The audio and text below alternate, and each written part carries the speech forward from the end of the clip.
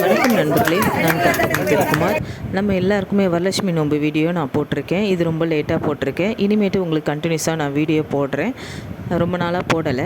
இந்த வீடியோவில் பார்த்திங்கன்னா வரலட்சுமி நோன்பு, அதாவது வரலட்சுமி நோன்புன்றதை விட வரலட்சுமி பூஜை நம்ம கொண்டாடலாமா வேண்டாமா? வரலட்சுமி நோன்புன்றவங்க தான் வழி வழியாக கொண்டாடுவாங்க. ஆனால் வரலட்சுமி பூஜை வந்து நம்ம பண்ணலாம். ஏன்னா லட்சுமி பூஜை எல்லாருமே பண்ணலாம். எனக்கும் இந்த டவுட் இருந்தது. இது வந்து எங்கள் மாமி வீட்டில் பண்ணுற பூஜை. இந்த பூஜை பார்த்திங்கன்னா லட்சுமி பூஜை தான். அவங்களும் ஒவ்வொரு வருஷமும் செய்வாங்க. அதை பார்த்து எனக்கும் ஆசையாக இருந்தது. நானும் எங்கள் மாமியார்கிட்ட வந்து கேட்டேன். அவங்க வந்து நம்மளுக்கு தீபாவளி நோன்பு தான் இருக்குது, வரலட்சுமி நோன்பு கிடையாது, நம்ம அதெல்லாம் செய்யக்கூடாது அப்படின்னு சொல்லிட்டாங்க.